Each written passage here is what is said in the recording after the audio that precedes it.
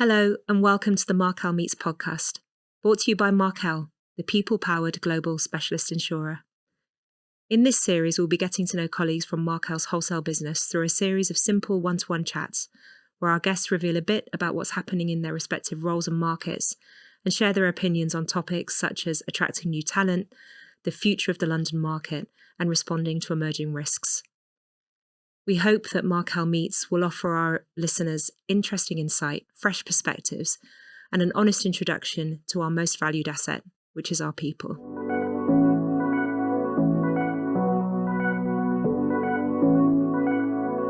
Our guest today is Chris Burgess. Chris started his career in the insurance industry in 2004 and spent over 17 years at AIG, underwriting various professional and financial lines of business before moving into a series of cyber leadership roles. He joined Markel in 2019, beginning as London's cyber manager, before being promoted to Director of Cyber in early 2023.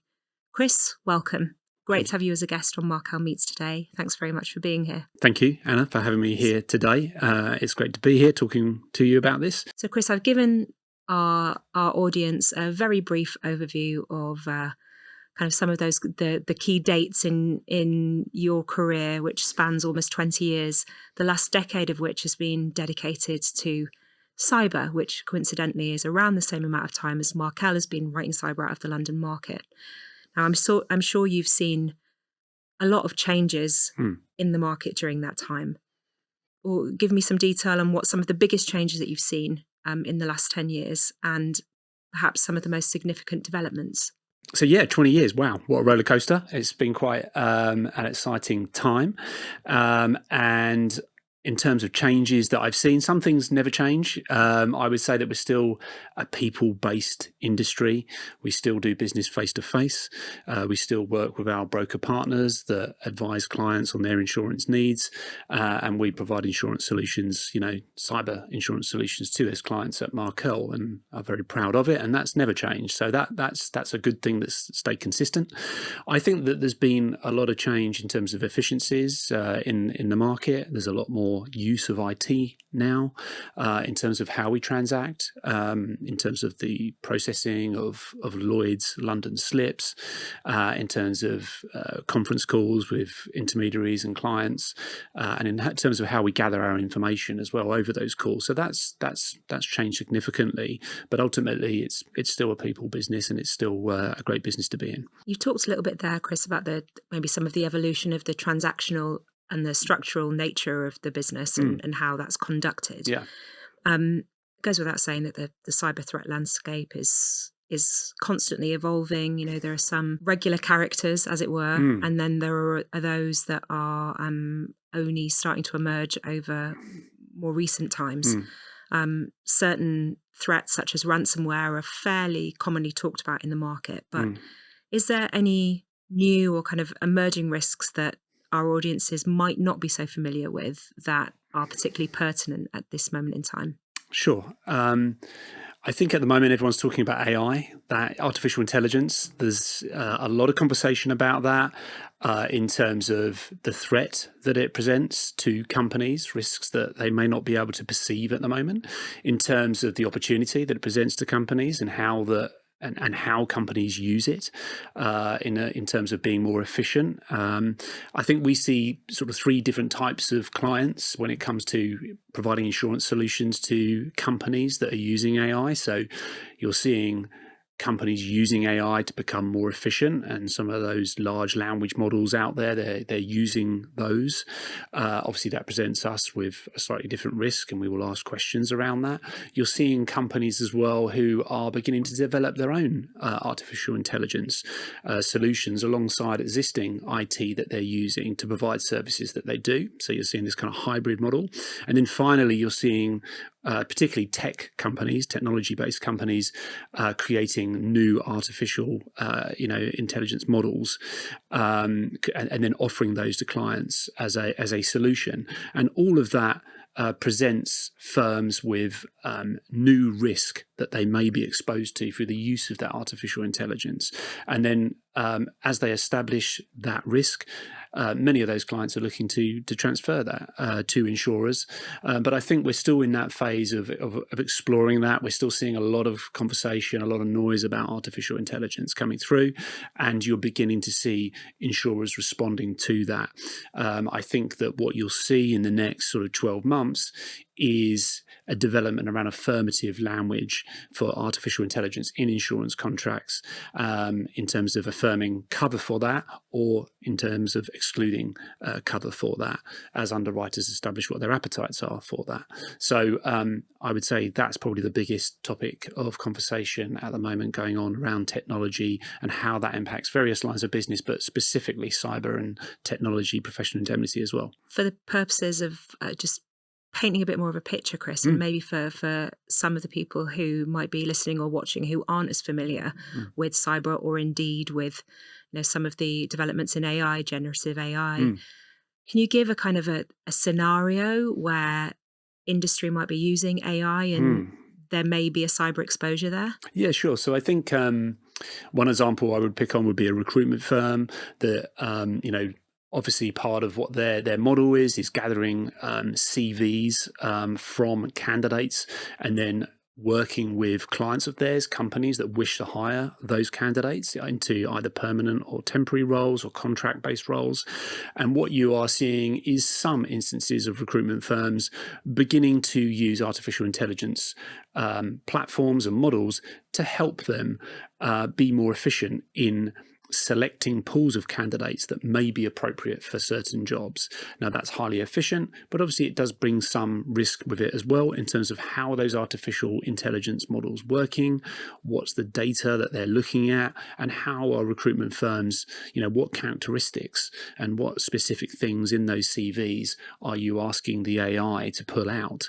And obviously one would need to be careful around complying with current data protection regulations, the General Data Protection Regulation, the GDPR here in the UK and Europe, and ensuring that you don't infringe upon anybody's rights in terms of how you do that. You certainly wouldn't want AI to somehow create some kind of bias in its selection of those people. So that would just be one example of where we've seen AI being used in a traditional business model, but it suddenly throws up some new exposures that perhaps that firm hadn't thought of. And again, that's where we're having a dialogue with clients of ours at Markel and helping them find solutions for that.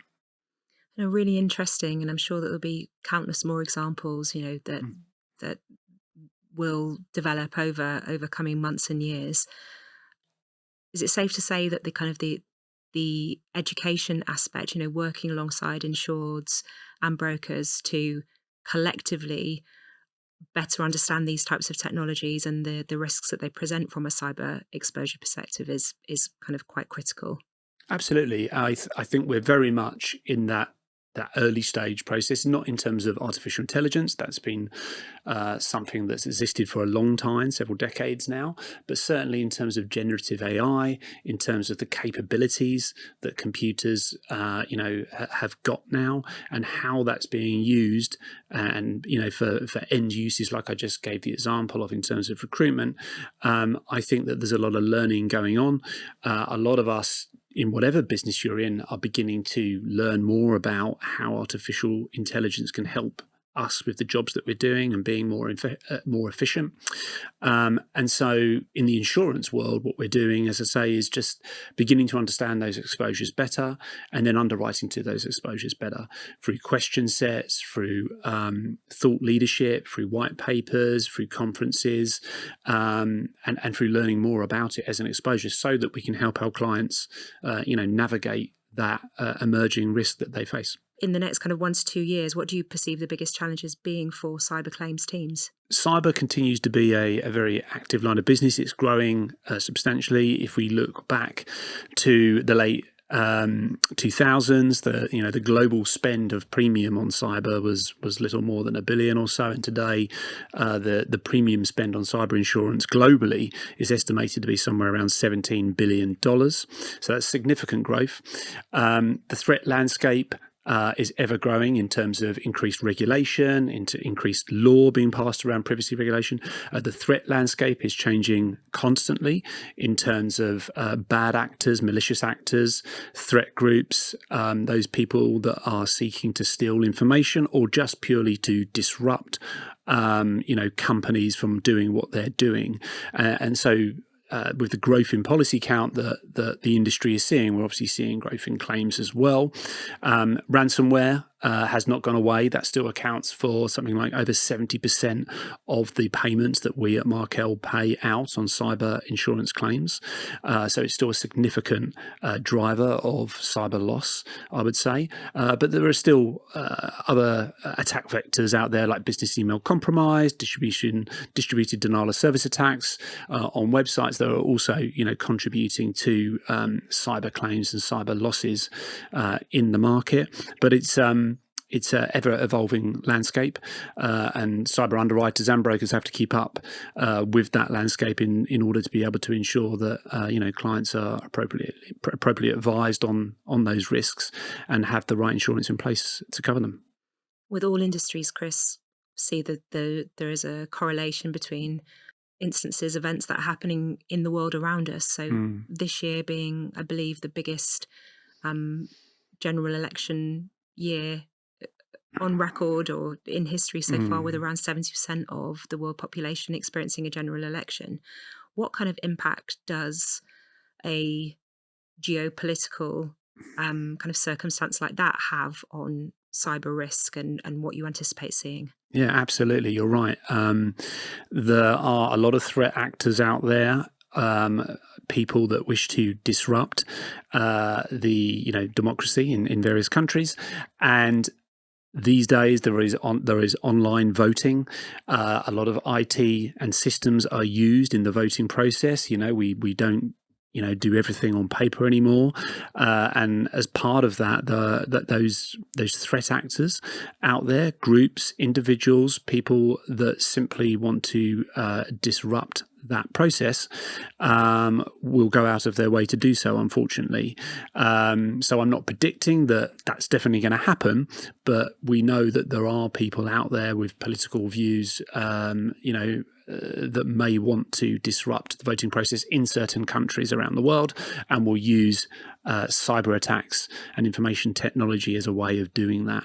So without doubt, I'm sure that would be, unfortunately, a target for people in 2024.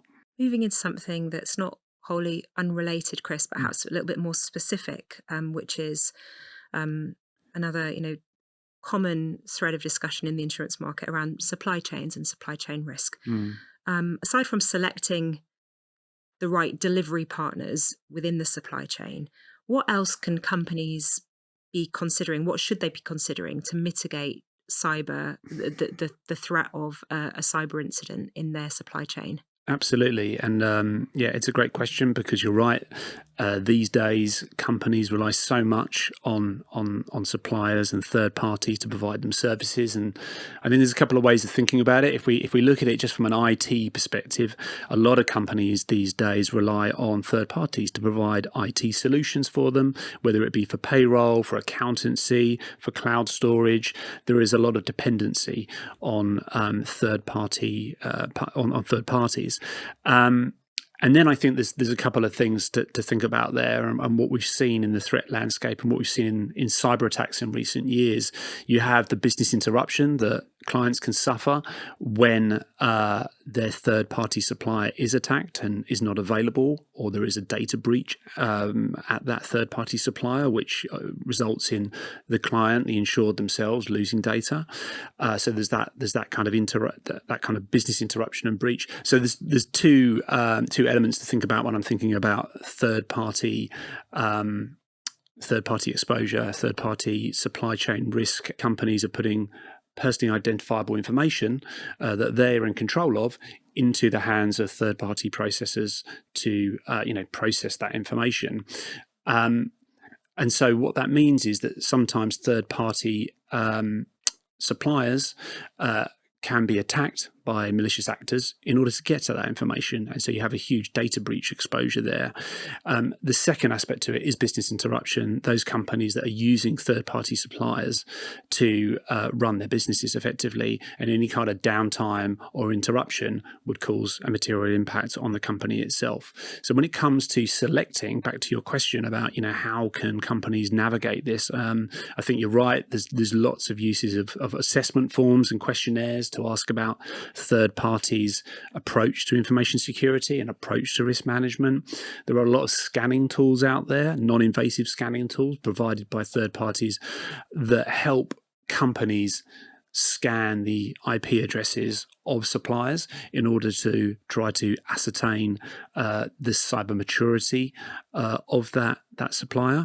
And then obviously in the underwriting side of cyber insurance, when those companies are coming to us for cyber insurance, we're underwriting to that exposure as well by asking about who are the suppliers, how have they been selected, and perhaps we might be asking the insured about things like audit rights over the suppliers as well. So it's a big area of focus in the cyber insurance space. And the cyber insurance industry is no stranger, is it, to using third-party providers? Actually, most of the leading cyber insurance offerings these days there's a real emphasis on ancillary services, and by that I mean pre and post cyber incident services, risk mitigation services. Why is that so important, Chris, to a kind of a leading cyber insurance offering? And also, what is it that makes a good breach partner, do you think? The first thing I would say is that a lot of insurers, as you say, Anna, are using scanning tools or technology in their underwriting process, and Markel is no different to that. We've partnered with a information security technology platform, and it operates through non-invasive scanning of IP addresses. And the aim of that in underwriting is twofold. It is to help with risk selection, but it is also to value add and provide a service to our insurers should they want it, in terms of giving them a view of their cybersecurity posture. Because what this technology allows us to do is to look at a IP address range, that being the websites, the domain addresses of that company, and to look at that and to look for any kind of vulnerabilities that may be evident from the scanning that we undertake using that platform. So it may be able to ascertain whether a certain type of software is being used, and whether there is whether that requires a patch, whether there is a vulnerability in it that needs patching, and it will also do some kind of scanning of the web in terms of looking for information relating to that company to try to understand whether there's any potential there that the client may have breached in recent years. So that's the kind of thing that we do. And at Markel, we're always happy to offer our clients black kite reports that we run if it is something of interest to them and that they would value. So we certainly use it from in our underwriting, but we also use it as something that we're willing to share with clients. So Chris, in a similar way to many of our insureds and companies across multiple industries might look to third-party providers or partners to complete specialist services on their behalfs.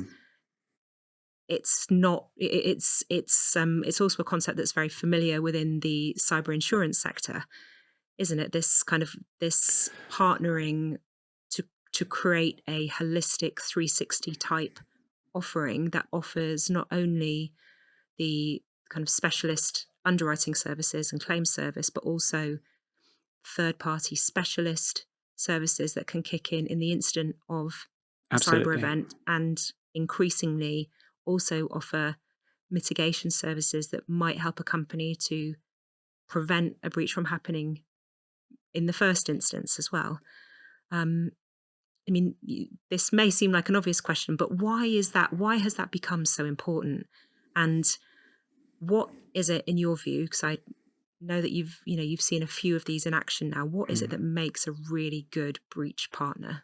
Absolutely. So as you say, and I think there's two pieces to it. There's I think having a good breach response team as part of a cyber product is crucial. It's not just a promise to pay, it's also a service that comes with that insurance product. And obviously at Markel, we've partnered with CMS to provide those services, that legal advice in event of a breach, as well as IT forensics, as well as public relations support should it be needed. And they will respond, and they are contactable on a 24/7, 365 basis as part of the core product.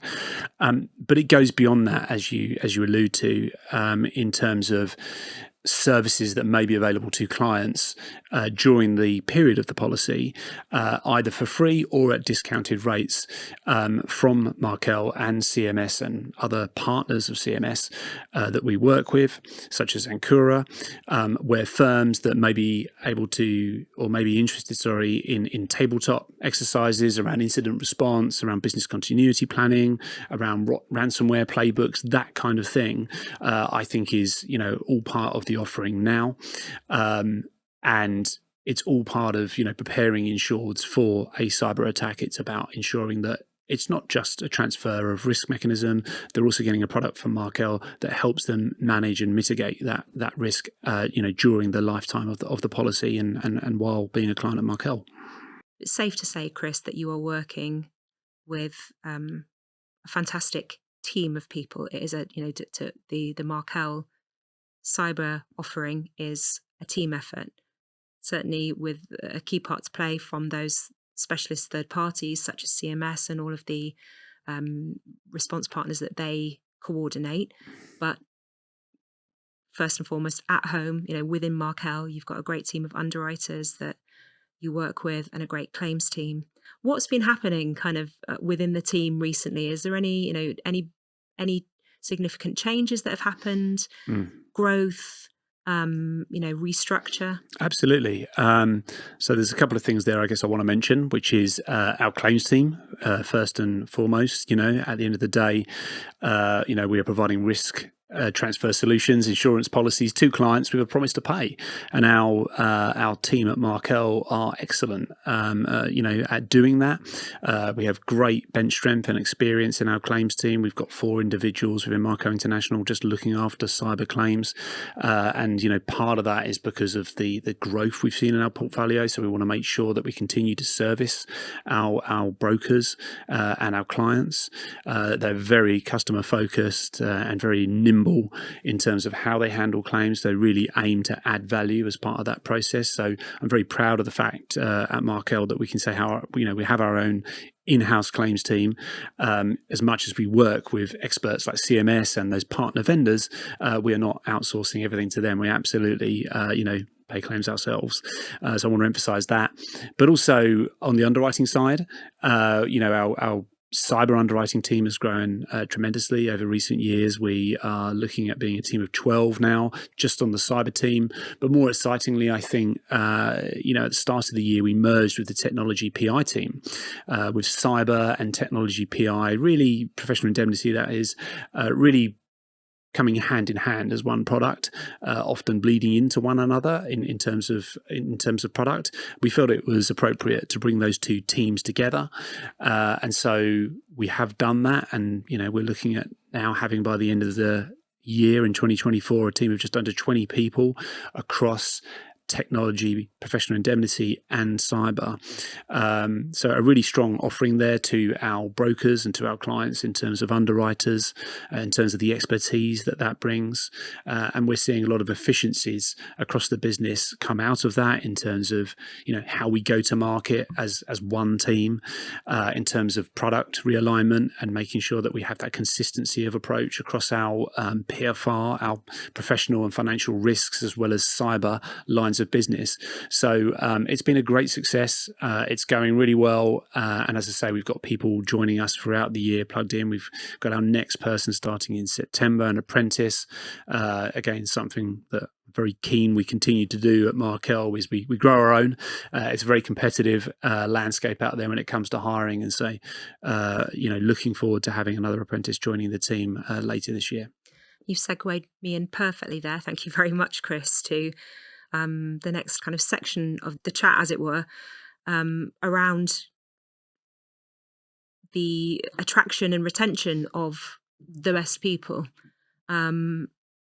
having the right team is absolutely key, and providing the right circumstance and environment for those people to thrive and to have room to grow. What, based on your experience, on your many years of observing and being part of this market, are key to attracting and retaining top talent? Absolutely. It's something I'm very proud to be part of. And I don't think there's a day goes by that I wake up without feeling proud about coming to Markel, to work for Markel. We've got a great culture. I think across the business, we're all very proud of that culture. We're very focused on our people, our colleagues. I think that we are not very hierarchical. I know that. I know that I can go and speak to Simon Wilson, our president, and have a conversation with him as much as our assistant underwriters and our apprentices and our graduates can do that. So I think that open door policy is great. And if I'm allowed to say it, I would say, we don't really do egos at Markel, and I think that's something that we just haven't done. And I think that we've got a very special, a very special culture. And that's one thing that struck me when I got here in 2019. And I think it's something that means that, and has resulted in people staying within the business. I think we have a high retention rate because of that, because, of our uniqueness. And I think that, in terms of attracting people, we've got a very good reputation for being, a very professional organisation, not just having a great culture, but, we're very focused on providing excellent service to our clients. And I know that, we are held in high regard by our peers and by our brokers. And I think all of those things are great attractions, to Markel. And it's a great platform, I would say, in terms of looking at the business and looking at the opportunities that it presents people with. We really do empower individuals at Markel and encourage people and support people. We give great training programs. I think that it's great that we have the apprenticeship program running alongside the graduate program. So we're bringing young people into our business at all levels. And I think that really brings in a great mix, a great diversity across the company, something that I know we're very proud of, throughout the management group, all the way from the board, all the way down to, us underwriters on the floor. I think it's a great business to work for, and I think we see that in the numbers of candidates that apply for our roles. We see a lot of people wanting to come to work for us. Long may it continue. Long may it continue. Absolutely. In terms of the London market, Chris, a little bit more broadly, and that the kind of the securing the longevity of the market and the continuation of the insurance profession. Do you think that there's more that can be done to kind of, to continue again to attract new people, whether that be school leavers, people who are joining on an apprenticeship schemes, or even people who are looking for, a kind of a change of career later in life? What's your general kind of perception about how the London market maintains its relevancy? And, that question around attracting new talent and diverse ways of doing and thinking into the market. Do you have any thoughts or feelings on that very topical subject? Absolutely. I guess there's two things I think, especially in cyber, where, we've seen the industry grow significantly in recent years with the uptake in buyers of cyber insurance. It's put a great demand and strain on talent across the business to ensure that across the industry and the London market, we've got experts that know what they're talking about in cyber insurance across the, the brokerages and intermediaries that we work with, and as well as across the syndicates and insurers that we see in London. I think as a business and an industry, we're doing a lot about it. We have our own apprentice scheme and our own graduate scheme. So I like to think that we are bringing people in and growing them within, Markel for the betterment of the industry. And ultimately, our brokers and clients want to deal with professionally trained people, and I think we're doing that. We are a member of the Lloyd's Market Association, the LMA, and we are participating in underwriter and broker training. So I've already done some cyber seminars earlier this year, and I'm partaking in more broker training sessions this year in terms of just bringing that level of knowledge up and just sharing an underwriter insight from a cyber underwriter's perspective with broker intermediaries that they don't always get to see these days. So I think that we're doing that. I think a lot of effort is going into ensuring that London remains the centre of the world for insurance. In my opinion, I think it still is. I still think that the way the companies are syndicates and insurers are in a cluster here in this very small area, the square mile, I think still matters. It means you can get a lot of people together representing a lot of firms very quickly, and you can get things done. And I think that we still innovate. I think you've seen a lot of that in cyber insurance in the last few years, Anna. And I think that young people and the talent that we brought on within cyber insurance in the last decade has helped us do that. I think the challenge we've got is to just keep doing that and to maintain it as the industry grows. So does the demand for good quality people. But I think we are more than doing our bit at Markel to do that, and I'm very proud of the fact that we are. So without wishing to put you on the spot, Chris, if I were to put you in a taxi now and send you to the local high school, make you stand up on the stage, if indeed high schools still have stages these days, probably much more high tech since I left, and ask you to give a kind of a quick pitch to convince some of those students to consider a career in insurance, what would be the message that you would be conveying to them? Wow. Okay. That is a tough one. I think if it was to youngsters of that age, it would be a focus on people. We're a people business, and I would say if you like your classmates and you like people, then insurance is a great business to be in, because it's very much focused on people. As much as we are transacting insurance, we're doing so with people, and businesses are people, and relationships still matter a lot. And I think that we have great relationships at Markel, not just internally but with our broker partners as well, and that has led to part of our success. So I've probably gone a bit beyond there how a 5-year-old would understand it, but I would say if you like dealing with people, it's still a great business. Good stuff. Absolutely, still remains a very, very important message. And for you on a personal level, Chris, 20 years in, as we've referenced, what is it that still motivates you personally and excites you about this job? I'm still motivated by what I do for a living because I find it fun. I find it interesting. I think that, the subject matter is interesting. It's great to meet companies almost on a weekly basis, to learn about new companies. It's such a fast moving area of insurance. Insurance has been around for a long time, as I know many people who may be, listening to this understand, but cyber insurance is, not been around that long. And the product is, although pretty developed, it's still developing. Technology itself is advancing very quickly in terms of artificial intelligence, and that's a very exciting place to be right now. It's a very interesting place to be, and ultimately, I like being successful, as does Markel and my colleagues at Markel, and I'm very pleased with the fact that we are a very successful business at Markel, especially within technology, PI, and cyber, and continue to be. And I have every confidence we will be in the future as well. So I think all of those things combined, motivate me to come in. And I think finally, I would go back to the people I work with. I feel that Markel is a very inclusive and supportive organisation.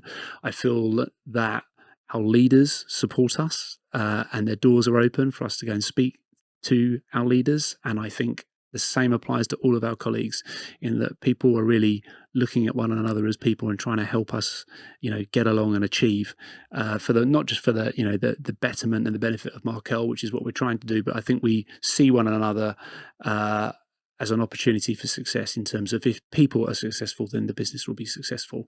And I know that continues. And so, I'm very pleased to be at Markel. I mean, I think you've done a great job, Chris, at kind of giving us your elevator pitch, so to speak. As we've been having this conversation, it's clear that the passion that you feel for the work that you do and for Markel, the company that you work for, and for the people that you work for, your colleagues, which is never gets tired. Certainly not. But I will still give you, an opportunity to kind of, I suppose, if there's anything that you feel that you haven't had a chance to kind of convey or say about why Markel, why you feel Markel is the place to put your trust, place your business.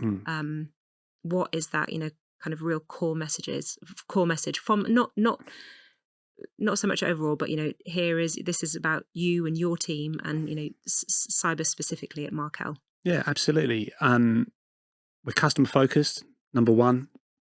That is our, so we're focused on the end client, the client that wishes to buy cyber insurance from us. We're very interested to learn about their risk and understand that and what our end clients want in terms of risk transfer solutions and a cyber product. And we continue to be focused on that. And our brokers and our intermediaries that we work with as well. We're absolutely focused on delivering great service, and we have received great feedback and scoring based on that. And I think that's the number one reason to come to Markel. We have a great product. We've got Cyber 360 International, and we've got a great team of individuals who are, desperate to provide good service and to, support the people that we do business with. We have huge ambitions in cyber and technology PI within Markel. We're very keen to continue the successful growth that we've had of the business, and not just keen to grow that business, but we're resourcing to ensure that we can continue to service that business and make it successful. We've opened new offices in the last couple of years in India, in Dubai, in Australia recently as well. And so, we're an ambitious, successful company.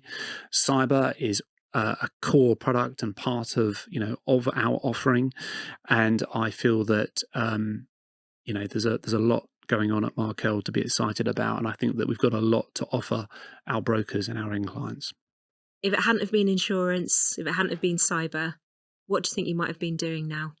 Oh gosh, that's a hard one. I don't know. I'm quite service focused, so and as a team we are. So I think service is a big focus. And I guess as one gets older and you have a family, you're kind of busy looking after them and focusing on making sure they're okay. So I think service, maybe something service based, whether something that would people, be kind of relationship focused as well. Yeah, perhaps some kind of relationship management thing. I think I did actually interview to be a police officer when I was about 18, but obviously, thankfully, things didn't work out, and I've ended up in insurance. But no, I think something service orientated, whether that would be NHS or police or military, I don't know, but something service focused. I think where I feel comfortable doing that, and it would be something like that, but not too sure. And you recently launched an enhanced version of the flagship cyber Markel international cyber product, Chris, the Cyber 360 international product, and I believe you've also got a mid-market offering that's kind of something quite new and exciting that's due to launch fairly soon. Is our new technology-focused mid-market policy. This is a policy that's offering technology PI coverage, as well as cyber coverage, and as well as casualty and property insurance as well. And that'll be focused on companies domiciled in the UK and Europe, with revenues upwards of $25 million. And that's a new market space for Markel, isn't it? Yeah, absolutely. That's a new product for us at the syndicate that we haven't offered before, and that we're very excited to add that to our suite of unique products at Markel, and looking forward to speaking to our broker partners and clients about it. Absolutely. Watch this space. Thank you. And listen, it's been brilliant to have you on as a guest. Really appreciate your time. Thank you so much for sharing those insights and a little bit of what's going on at Markel in the cyber world. Pleasure to have you, and thanks again. Thanks, Anna. Thanks for having me. Thanks so much for listening. Don't forget to like, share, and subscribe. Have a great day.